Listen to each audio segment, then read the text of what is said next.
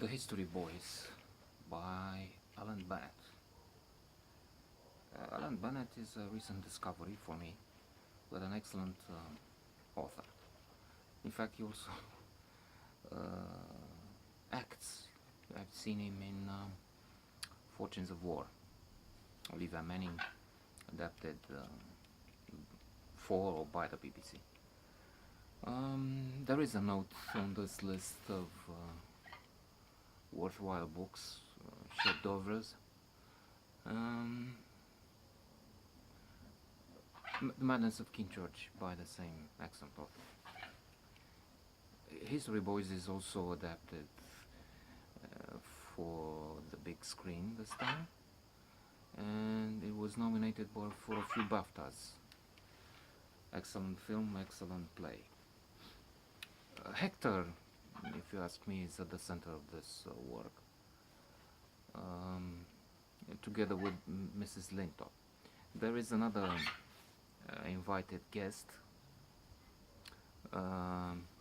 but I emphasize on these two. Hector is a gay professor. Gayness is one theme which keeps coming in works of Alan Bennett. And unfortunately for him, he's caught at the traffic lights groping a student. Caught in the sense that they were on a bike, and the wife of the headmaster sees them, and there's a kerfuffle following that. They also invite the aforementioned guest to help the school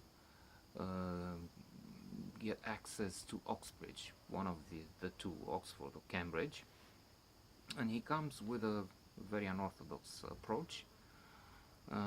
It's not enough to have an excellent thesis and to be wonderful at the exam. You need to be, I would say, shocking, to come up with a strategy that will get the attraction, because everybody's excellent, wonderful there, so you need to distinguish yourself.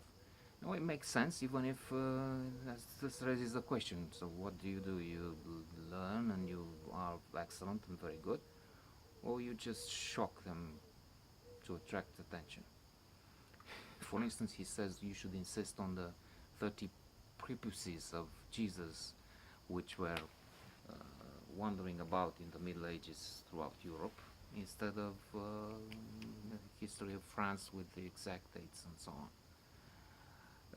Mrs. Lintodt has also an unusual, stunning view on history, but she may be right there. She says history is a succession of failures of men, and history is all about women following up with a bucket. That's, in terms of history, also another good statement is that it is, we have also a variant of history, so-called subjunctive history. What is subjunctive? What if? What if? We keep saying what if. And to wrap this up, we have two other cases which are worth mentioning to prove in an eventual exam that you not only know your material, but you also are aware of everything that went around, of shocking details. I didn't know that, unknown to the public, I would say. For instance, Churchill was not the first in line to become Prime Minister. Halifax was, but he had to go to the dentist. So because he had a toothache. We have Churchill, and another fate of the war, and another look of the world, perhaps, today. Another such crucial moment, Montgomery, the famous general, was again not supposed to lead the armies.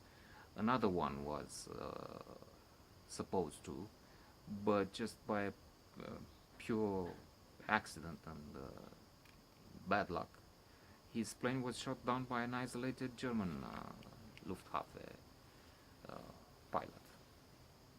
History boys, very good.